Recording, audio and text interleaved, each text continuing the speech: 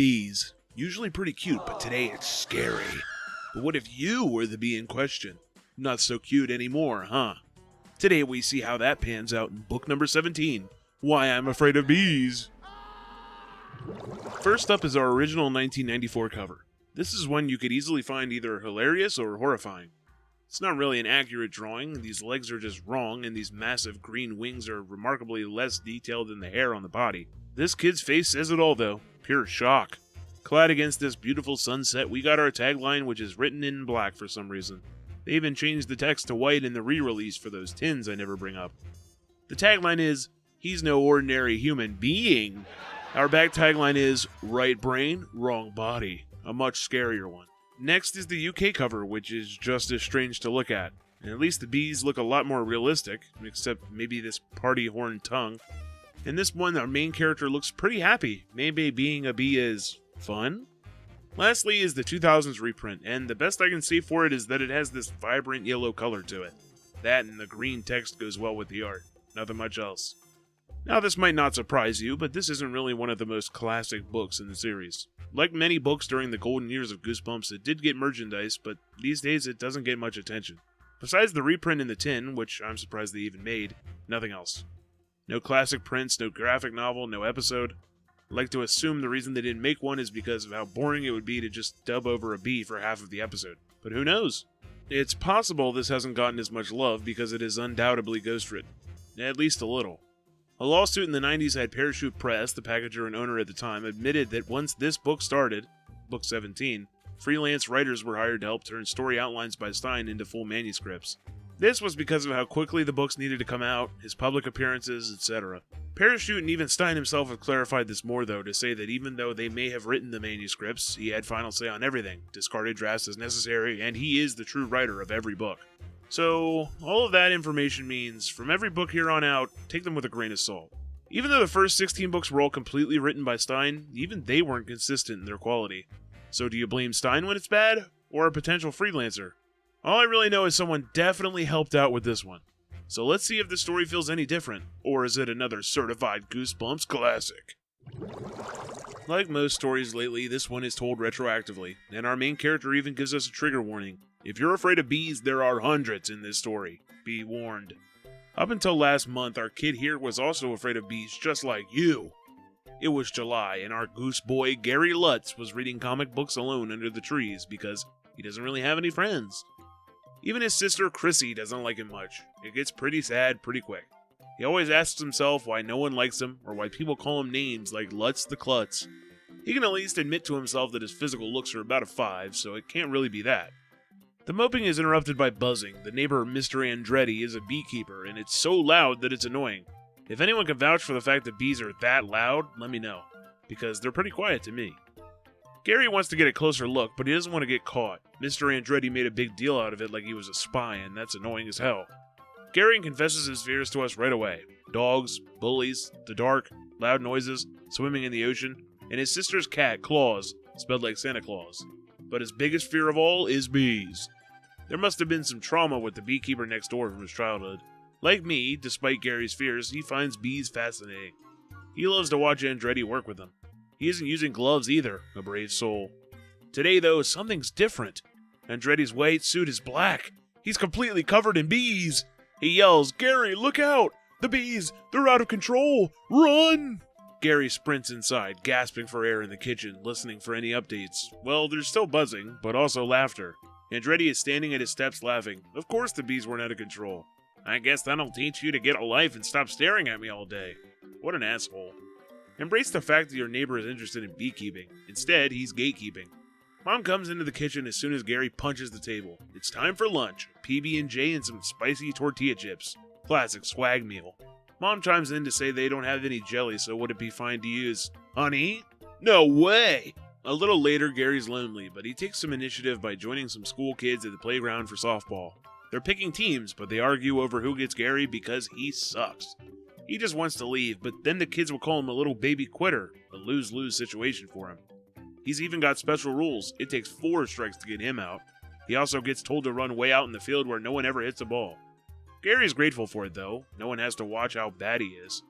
Like me about to take the Fitness Gram Pacer test. The anxiety builds up until it's finally Gary's turn to bat. Kids on the other team laugh, kids on his team groan, and Gary prays that he actually hits the ball for once. But he strikes out, all 4 times. Lutz the Klutz, they call him, everyone's favorite insult. Gary walks home until a few kids yell out to him. This day can only get worse. It's Barry, Marv, and Carl, the 3 neighborhood bullies. Despite being the same age as him, Gary says they're practically gorillas 5 times his size. And what's their favorite thing to do? Beat the living shit out of Gary, of course. 10 minutes later, Gary gets home after being completely mauled. He skirts past his mom because he knows that if she starts calling those guys parents, he's really gonna die next time. This might be the protagonist I feel the worst for so far. He has no friends and is constantly bullied by everyone. Even his only special interest in beekeeping is being gate-kept by the neighbor. Oh well. He cleans himself up and puts on a sweater, even though it's hot, to cover up all the cuts and bruises. He goes downstairs and Mom asks him to grab the new peanut butter jar for the cookies she's making. He struggles to open the thing, but Chrissy opens it herself with little effort. Mom and Chrissy start laughing, somehow making this day even worse.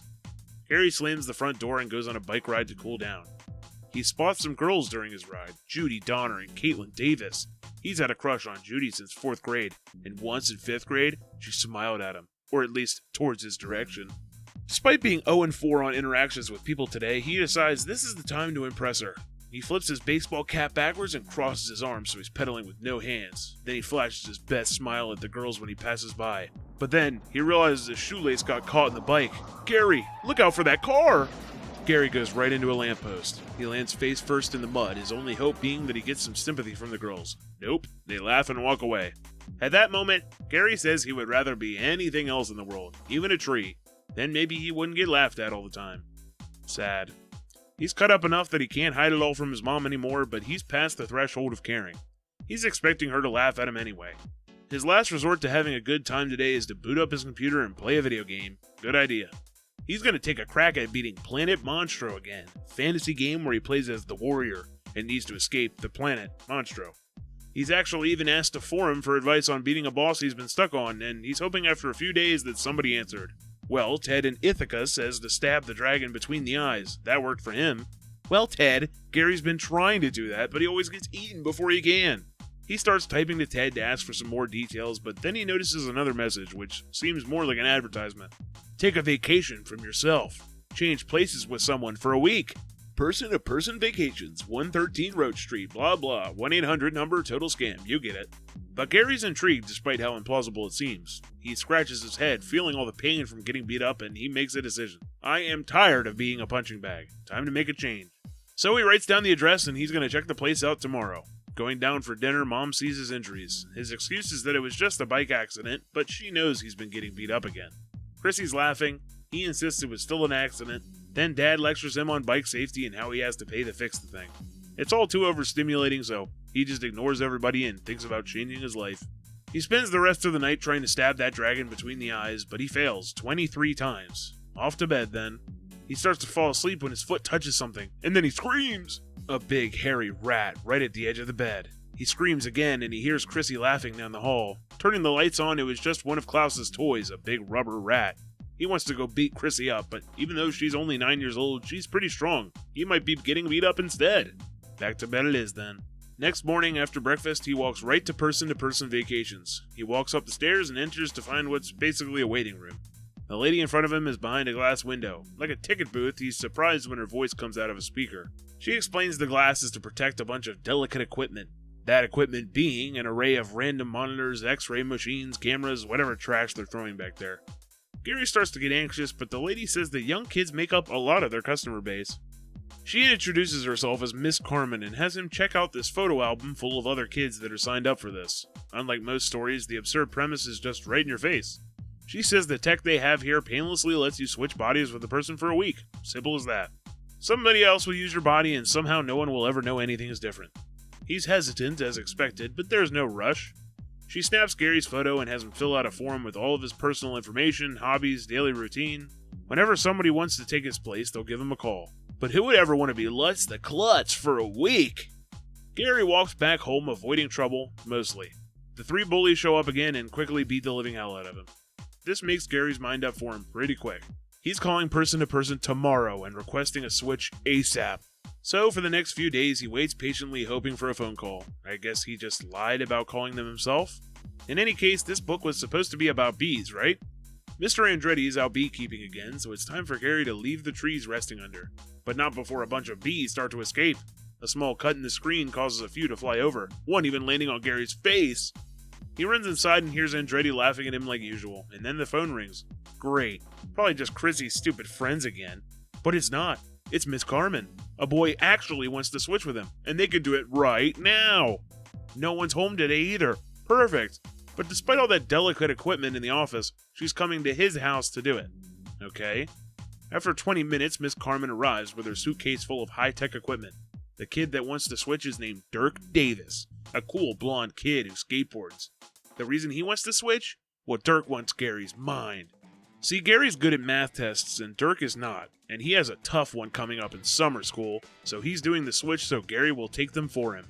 Annoying, but I guess it's better than getting beat up all day. Bzz. Bees from next door start flying in, and I guess Miss Carmen's in a rush because she tells him not to worry about them, and that his back door is cracked open? Why not close the thing? She needs him to sit still, but she also knows he's scared of bees, so why isn't she helping? She flips a switch and a bright light appears, then darkness. Immediately, something's wrong. He feels so light. Doesn't feel like the toned body of cool skater boy Dirk Davis, that's for sure. His arm feels like it's bending a lot, and his skin is soft and covered in fuzz. He tries to cry out that something's wrong, but it's only coming out as a little squeak. Then he realizes he's flying. He flies over to the window and realizes he's in the body of a bee. So Gary sits there for a while, taking in the sight of his new bee body. He tries to yell out to Miss Carmen, but he just makes bee noises, and she leaves the house. He flies out to the luckily still cracked open screen door to follow her, and yells in her ear, "It's me, Gary!" I can't really tell if he can still talk, and it's too quiet, or he's just making whatever a bee noise is, because even when he's right in her ear, she instinctively gasps and swats Gary as hard as she can. He falls to the ground and looks up to see the car tires about to run him over. If it ended like that, it would be quite the tragic story, but this is Goosebumps. We can't kill children. We can only imply that they were killed. Luckily, the car stops moving, and Gary flies up to see that Miss Carmen is putting on her seatbelt, which I guess she forgot to do because she was startled. The car drives away, and Gary rests on a leaf. A stressful start to life as a bee. He sees Mom come home and flies over to notice that he is also in there. It seems Dirk Davis is doing good at acting like Gary. He wants to cry and starts bashing himself into the window, but nobody notices. He has to watch Dirk eat his taco chips and realizes that he's hungry too. But what do bees eat? He definitely doesn't want to eat other bugs. He remembers a picture book he once read called The Big Book of Bees, and pollen, of course. He flies over to a flower and realizes he doesn't really know how to work this nasty bee tongue of his. He's exhausted, dizzy, and even starts dissociating. What if I was never a boy, but always a bee? He comes back to himself when he hears a car door slam. Dad's home. He yells out for help, and Dad says, "Hi, Gary." Yeah, it's exactly what you think. He was just talking to the new Gary. Gary tries to zoom inside as Dirk and Dad head in for dinner, but he slams right into the screen door. His only idea now is to try and fly to the person-to-person office. Claus pounces in the air, grabbing Gary in his claws. Gary really wants to sting this cat, but then he remembers that as a honeybee, he's probably gonna die if he uses the thing. After getting battered for a while, he manages to outmaneuver Claus and fly away. He even does a victory lap, flying around in a circle, but then he's caught in something. Soft, clinging, Andretti's net! Nothing ever goes right for this kid, I swear. He's not alone in the net. Andretti's gone and rounded up a whole bunch of his rogue bees, and Gary is scared. He realizes that if he gets caught here, he'll be stuck as a bee forever, which is probably not true. The vacation's only for a week, unless Carmen needs to come back to undo the process. But even then, it would be Dirk, and he'd be there. Whatever. Andretti starts sticking his hands into the net to get the bees back in the hives, and do you remember that he said he never wears gloves? Well, no, of course he doesn't sting him. He just said he was gonna die. There's still a little hope left in him after all. He's stuck in the hive now, scared to even move, surrounded by so many bees, but he's still so hungry. And in a hive, there's honey. He's always hated honey, and the workers are spitting out their nasty wax to build the honeycomb, but he has no choice. Amazing! He gets used to using that strange tongue of his and drinks as much as he can. He even catches himself thinking about how good he would be at gathering pollen, but that's bee talk. He's not a bee, but just a boy. He suddenly gets tired and drifts off to sleep. I'm a bee now, not a boy anymore. A bee. He wakes up and realizes, shit, I'm still a bee. He looks around to see that every bee has its own job. Busy as a bee, they say. He really wants to escape but has no idea how. Suddenly 3 bees bump into him, reminding him of those 3 bullies from before. They must be pissed at him for not doing his job, but he doesn't know what that job is. He runs away as fast as he can before bumping into another bee. He tries to follow that one to whatever job he has, but he loses it. Eventually he makes it back to the place where he was dropped in, and a big crowd of bees starts shoving him. They have him surrounded. But they aren't angry at him, they just wanted him to move over. It seems there's one bee in the center of the hive, breakdancing? Brain blast! Another fact from his big book of bees. Some bees are scouts, and when they come back, they dance to tell other bees where to go. That means there really is a way out of here. He follows the bees outside, finally free! He heads to the hole in the screen, but oh no, it's fixed! He looks around and notices that the other bees have left to go get pollen, so there has to be some way out of here. Before he can look, though, Andretti comes out of his garage. Good morning, my little bee friend. What are you doing lying around? Are you sick? You know we can't have any sick bees around here. What does he do with sick bees? No time to find out. Gary zooms away just in time to see the other bees coming back through another hole in the screen. Finally free! He flies over to his house just as Dad is leaving and zips in through the front door. Finally back home, but now what? He finds Chrissy by the window. Maybe she'll listen. Fat chance. She swats him away and grabs the fly swatter, and she never misses. After being swatted over and over, Gary falls to the floor in pain, just barely managing to fly his way upstairs. Maybe Dirk will help him.